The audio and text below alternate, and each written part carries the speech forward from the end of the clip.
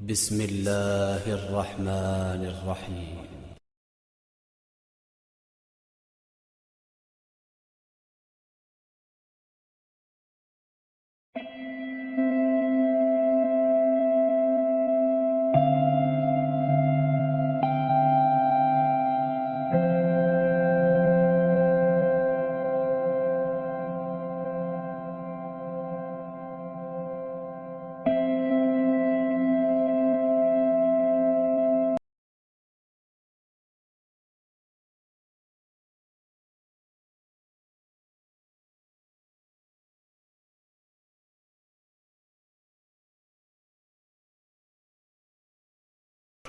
Merak yang sombong.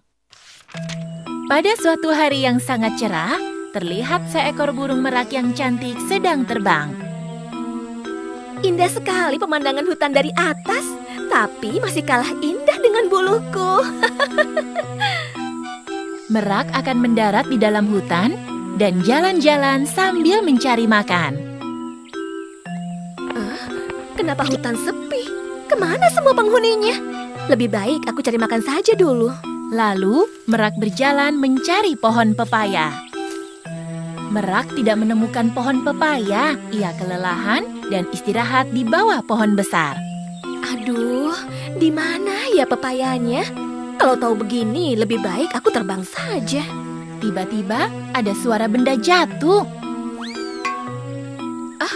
Suara apa itu? Mungkin ada buah yang terjatuh. Aku akan mencarinya. Di mana ya suara itu? Aha, ini dia. Ternyata buah pepaya. Akhirnya aku bisa makan. Aku harus segera menghabiskan buah pepaya ini supaya nggak direbut oleh hewan yang lainnya. Oh, enak sekali buah pepayanya. Manis. Daripada aku tidur, lebih baik aku mencari penghuni hutan lainnya.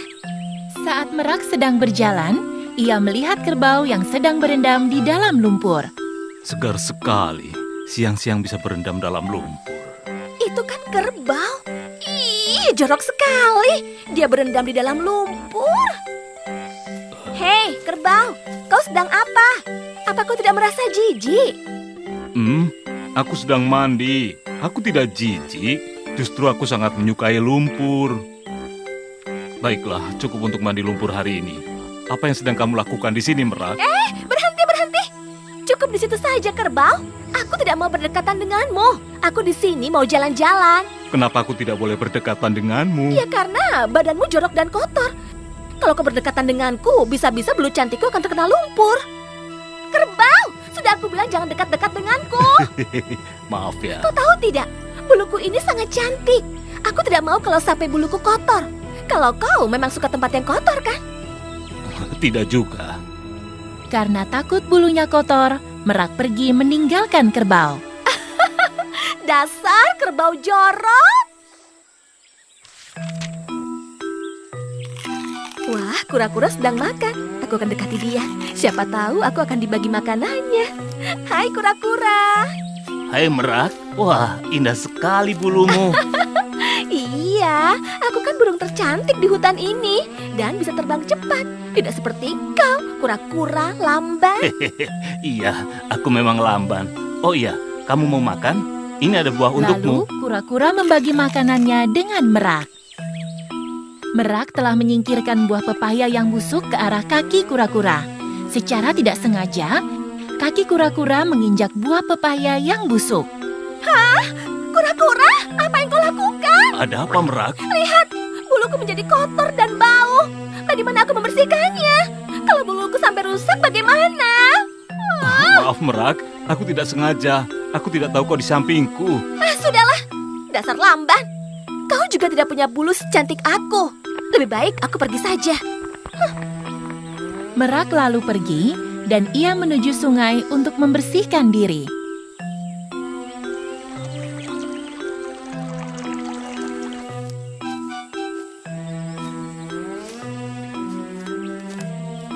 Apa ini? Gawat, ini getah pohon. Aku terjebak. Merak sangat takut karena ia terkena getah. Karena panik, ia pun teriak minta tolong. Dengar kerbau, itu suara Merak minta tolong. Benarkah? Iya betul. Ayo kita ke sana. Kerbau, dia terkena getah pohon. Ayo kita tolong dia. Kura-kura, Ayo. kerbau. Hati-hati kerbau. Setelah bersusah payah, akhirnya Merak dapat terlepas. Tapi beberapa bulu ekor terlepas dan masih nempel di batang pohon. Terima kasih kura-kura, kerbau. Kalian sangat baik. Aku terlalu sombong dan merendahkan kalian. Tapi kalian hewan yang sangat hebat. Sama-sama. Setelah minum, nanti kamu membersihkan diri di sungai. Tapi hati-hati jangan sampai menginjak pohon itu lagi. Iya kura-kura. Aku sedih beberapa bulu ekor terlepas. Nah, sekarang bagaimana Merak? Apa yang bisa kamu ambil untuk pelajaran hari ini? Tuan Prabu Yudhistira, maafkan aku Tuan. Aku telah sombong dan meremehkan kura-kura dan kerbau. Bagus, janganlah sombong dan hiduplah dengan rukun.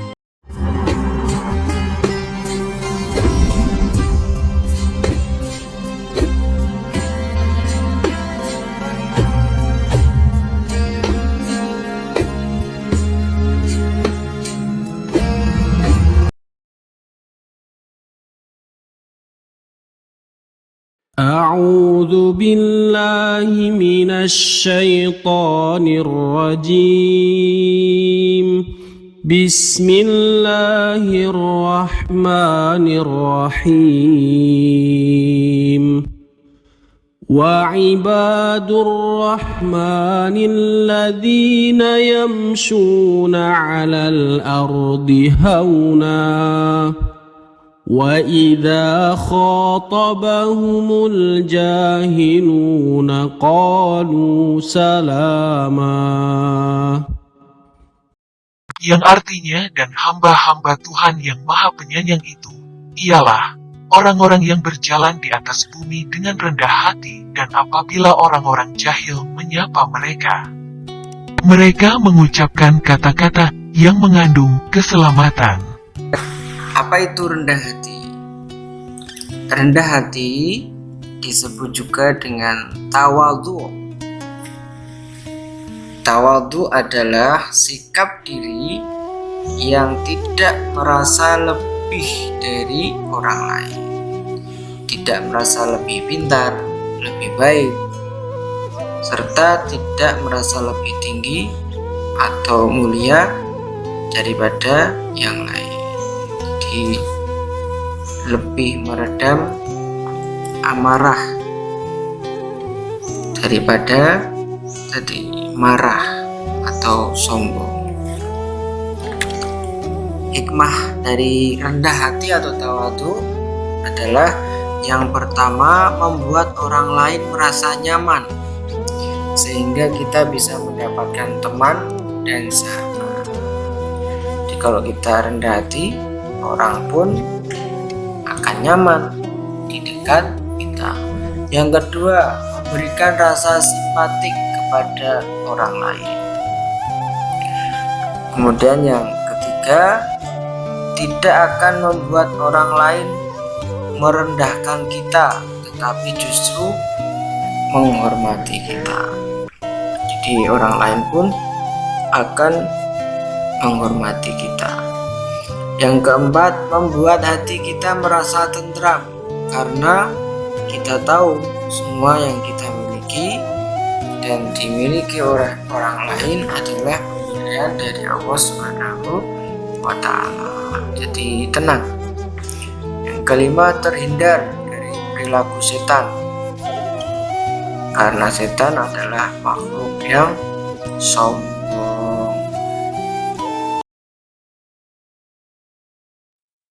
أعوذ بالله من الشيطان الرجيم بسم الله الرحمن الرحيم وآت ذا القربى حقه والمسكين